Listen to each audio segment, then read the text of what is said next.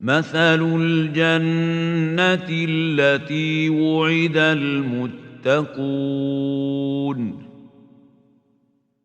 تجري من